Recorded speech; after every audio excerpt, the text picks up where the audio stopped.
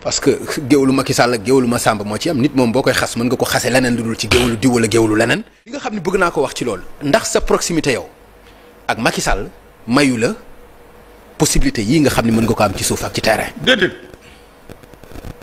Macky Sall may na ma du ma wax ma yu ma di wax loo xam ne du dëgg man samay discours dafay cohérent Macky Sall sekkuñu ay business deal scandale foncier musuñ ko def ci suñu àdduna. yaa ngi wax de. non déglu rek ma wax la. ah non da nga ni da nga. xaaral ma wax la rek li ma lay wax ci lu leer. waaw. d'abord géwél gi nga wax mooy Ousmane Sonko ak keneen laa yamari képp ku ma naan géwél xasoo ma. waaw loolu dëgg la. man dama ci am fierté. lool sax ndax ci famille boobu laa juddoo xalaat ne nag góor laa ni ñëpp dama war a dem futteegu xool ni doomu aadama yi tekkee mën dara ma def ko. j'ai voyagé en 1993 laa génn réew mi di uti xaalis bi may dugg Gabon dama jógee Cameroun dem ba frontière ñu refoulé ma jëlaat oto jaar et boulevard dem ba Guinée équatoriale Bata fa laa jëlee gaal man maa ngi dugg Gabon en 93 ci gaal di ut xaalis. mais boobu yaa ngi doon woyaan wala yaa ngi doon liggéey. boobu sama premier voyage bi may dem Gabon woyaan la woon. mais yàlla def ma dimbali ci woyaan bi aussi mën naa ci tiitaru. ndax am naa ci kër Liberté 6 tabax ci sama kër baay war ci oto dem ci màkk wax dëgg yàlla nag géwél bu ko am nag nga war a sant yàlla ci wayaan sant say géer mais du tere dama futteeku dem ma ne lii du wéy ñaari mbir day am saa yoo génnee sa kër dem di wayaan nga tas ak géer gu baax ku yàlla abal teranga teral la bis boobu da ngay bëgg a doon géwél mais bis boo génnee sa kër ku la teralul saaga. non nga dem ci koo xam ne am na alal ba pare woon la te du la sëdd jàndi la wàññi la da ngay bañ nekk géer yépp sa bopp dafa am ñi ma ci amoon na ay contestes yi ma si dasel mu nekk de mauvais souvenirs dafa bokk ci li ma yedd te loolu ñooñu dama leen di remercier te ni ma yàlla baaxee defal ma ko tey musuma leen ko woon ndax xam naa àdduna fàtte naa ko te duma ko wax xanaa lu mel nii di fàttaliku démb ma futteeku dem dugg d'abord ci courtage li ma ci njëkk am ci courtage lu am doole la ci loolu laa démarré j'ai des amis ñu ngi dee ci biir Pastef joxoon nañ ay terrain ma di leen jaayal bien sûr ba ci Bassirou ak Sonko. non ñooñu sequñu loolu. ah bon sequñu loolu mais dama lay wax rek. non dama lay laaj rek. non sequñu loolu donc ci loo xam ne dañ may jox terrain may jaay ma ci am dara yenn saay yàlla dem ba ñoom ñu may jaay ki ma jàngal njaayum suuf Jóob si la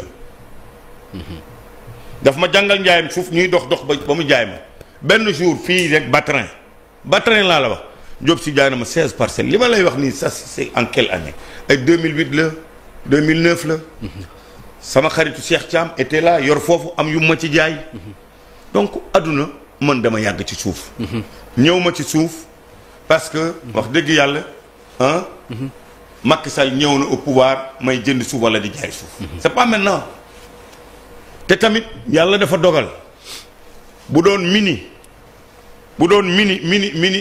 inspecteur am na bokk naa ci donc wax dëgg yàlla su ma lay wax te yàlla tax njaayum suuf dama ko def métier xalaat ni lii wax dëgg yàlla.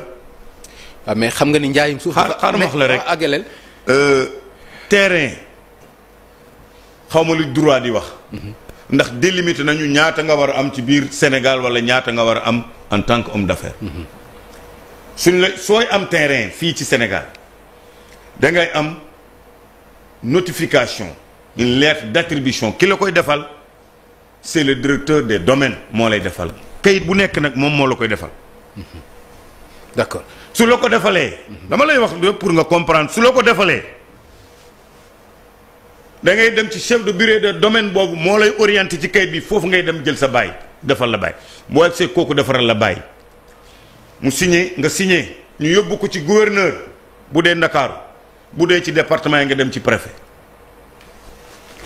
boo fa jógee nga ñëw ci directeur des domaines directeur général des impôts et des domaines walla ci ministre des finances wala son directeur de cabinet nga am approbation donc am suuf nekkul lu yomb beneen bi encore avant même kooku di am possibilité avant muy am possibilité di mën a defar loolu dafa am procédure gis nga commission boobu du tudd CCOD commission des contrôles opérations domaniales loolu ministre des finances moo koy encadré su mënul ñëw soit mu yabal directeur de cabinet wala mu yabal son conseiller ci wàllu domaine directeur de domaine day toog directeur cadastre toog directeur urbanisme toog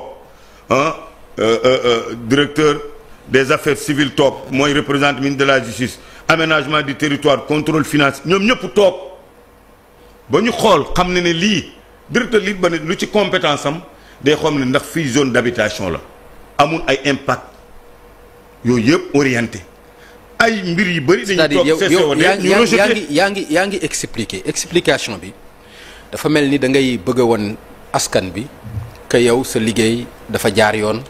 que sa liggéey dafa clean que sa liggéey dafa set. que sa liggéey nangam que kenn mënu la taxal ci dara. non c'est-à-dire boobu ba léegi ci loolu ngay expliquer. procédure bi ngay wax nii yëpp mooy procédure suuf kenn mënu ci def njuuj njaaj kenn mu alors que ci non attends li ñu mës a dégg ak li nga xam ne dañ ko dégg tout le temps escroquerie foncier yàgg nañ ko dégg ku dégg escroquerie di nga dégg foncier ku dégg par exemple foncier di nga dégg escroquerie donc su fekkente ni yaa ngi expliquer lii terewul njuuj njaaj ak luubal mën na ci am leneen mën na ci am. bien sûr voilà loolu leer na. c'est-à-dire loolu day am voilà loolu day am. réew mi mais dama lay wax nan ngay jotee terrain Sénégal. waaw mais loolu xamoo ko. non mais xaw ma ko mais xam journaliste mais d'accord mais xaw ma xam la ma dàq jàng école. xam nga lan laa xam mais xamoo ko parce que sa métier la. xam nga lan laa la bëgg a wax. Farba xam nga lu ma bëgg nga comprendre ko. mooy boobu léegi da ngay explication boo xam ne non si yaa ma laaj mais man maa la laaj man dama la laaj. mais dafa am ci loo nekk di ko wax boobaak léegi mais dafa mel ni dafa am looy ragal yow. ci mbir mii nga xam ne mooy mbiru suuf bi nga xam ne da nga ci nekk. est-ce que ragaluloo ñu topp la ci est-ce que ragaluloo par exemple nga am ci jafe-jafe ak yoon. xalaatuloo loolu ci lan non sa diggante ak pouvoir bi. je ne sais pas.